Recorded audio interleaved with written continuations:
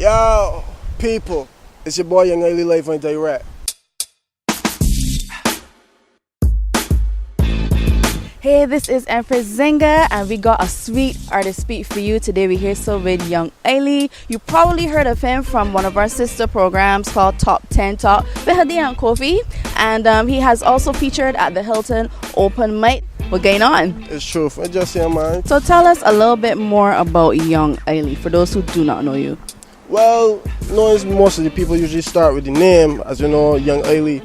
If you really know Ras Iley, well, I'm his son, the last of them all. So some people talk with soca and stuff, you know what I mean? But my passion really lies in hip hop. That's where I find it better to express myself, you know, and keep going. Plus, as you can see, music has been running through my family for a while.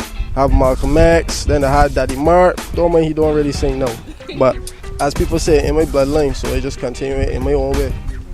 Now, you had a song called Monopoly on Selected Charts, which we reviewed. Could you tell us a little bit about Monopoly, the vibe, what was the thought process of creating that piece? Pertaining to Monopoly now, well, that was an mixture of a time where, let me just put it this way, I was kind of in depression, like, because you know music has been real difficult for me and working with certain people and then falling out and this and that. But however, I had to pull myself together and just accept it for what it is, go forward, and this is the reality. As you see, Monopoly, the comparison is basically to Monopoly, the game. Play it for keeps, take it serious. It's not a joke. It's just comparison to the things in the game where, yes, there's properties and whatnot, but basically I'm showing that everything has a cost. There's a price tag on everything. Nothing is free, basically.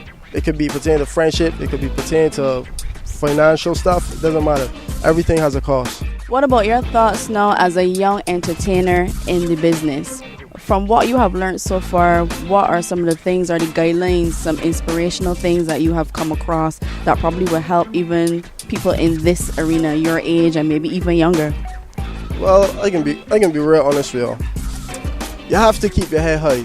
Reason being, there are going to be people who are going to judge you, critique you, good and bad.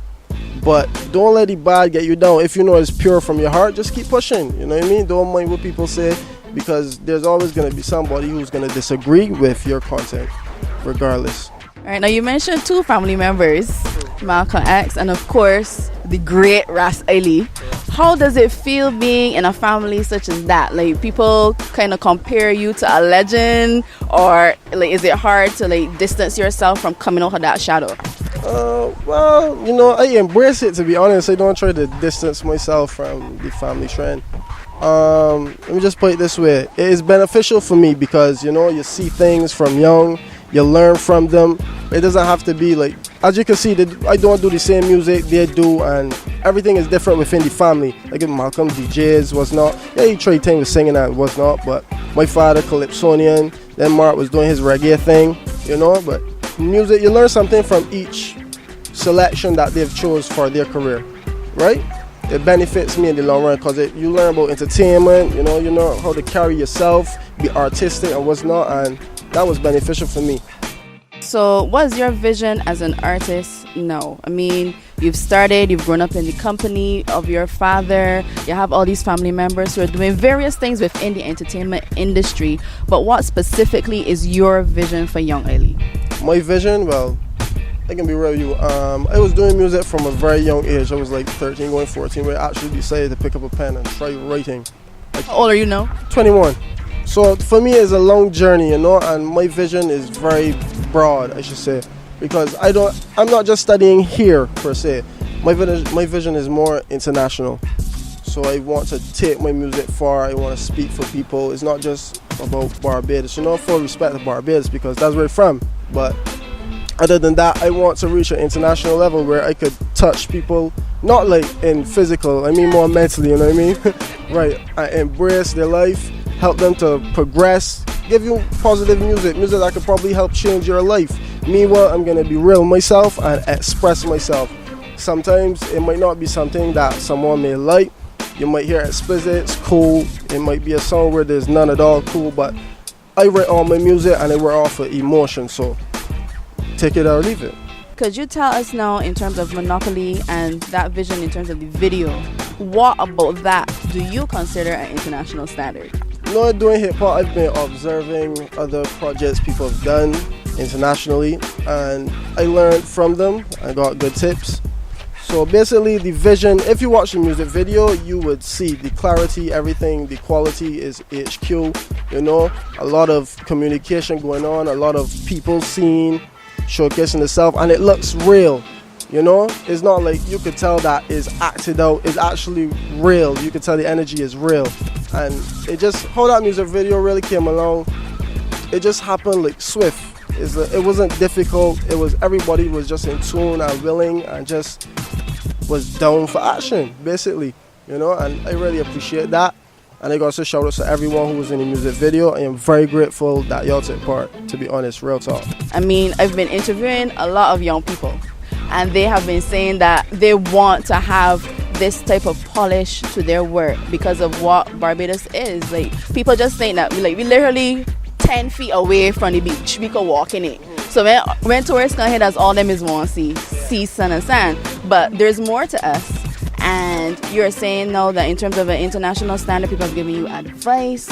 You have producers who help you with your video. Who are these people that have been influencing you and giving you that type of direction? Well, pertaining to the advice to the career in whole, I got to say, partially is from my family, my dad, my uncle Malcolm, and my brother, not my oldest brother, but my other brother Smalls, He's gives some good advice from time to time. I'm not saying everything he says is correct, but I'm very grateful to actually have someone to mention things, because that to me that's a blessing, because not everyone is willing to tell you, all right, this way you think you should probably do, or give you some sort of advice. Some people grudge, some people hold back things and don't want you to succeed and stuff, so I'm grateful for that. On top of that, going on to people who were involved with the projects, the song, the music video, I gotta say shout out to JPHP Studios. Those people basically, I know the guy who basically has it organized and everything, who runs the JPHP Studios, but to me, all of them, they help one another work very well, in my opinion. They correspond, they communicate, and that's great, and I'm grateful to work with people like that. Shout out to one of JPHP Studios, They're real good for truth, man. I appreciate them right through. The producer of the track at the point in time was Rob Kelly for the actual Monopoly song. However, Rob Kelly, I can't even tell you where he's from. All I know is that I was searching online for instrumentals because I was trying to get my EP together. Speaking of EP, I actually have a debut EP that I'm working on, and the next song I'm going to drop off the EP is probably in March. The latest single, I can drop that off the EP, or coming off the EP, Yeah, it's going to be 5 tracks, So I giving people more to see. And then it was Tarek Delves, who's also known as Leprechaun. Basically, he mixed and mastered the song. He sound engineered me, and I know him for a very long time. And I gotta say big ups to him too, because he showed a lot of effort. Work is done. It's nothing like a day sit, no procrastination, nothing like that. Work is done, and it is enjoyable throughout the process. And that's why I love to continue to work with these same people. Okay, so you mentioned your dad numerous times throughout this interview. Yeah. How has he been supporting you throughout this entire process? Let me just put it this way, positive advice, go for your dreams, basically. When things go bad, he would give me advice about what I should have done, for what I shouldn't have done, and I learned from that way. I learned from that. Seeing him perform, that was a booster for me too, because it's you could see the entertainment live, within the house and thing, when he practicing and all that.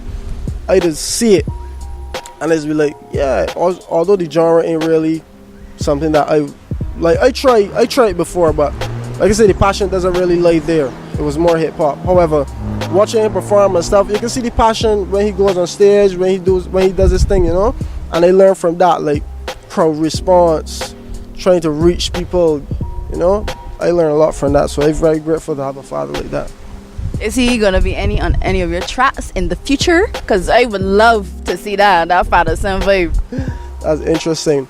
We actually, that was when it was fresh, because it was 16, 17. We actually attempted something like that. We was trying to fuse hip-hop with soca. Got a good response. The connection and everything, it was a good bondage. But you never know, in the future, you might see something. You never know. You might see a visual, you might hear a song, you never know. Even remix one of his tracks probably and put you on spin on it. Yeah, I've been hearing that a lot. Some people were giving me that advice. I might just give it a try, you know what I mean? Now, you're talking about your EP now.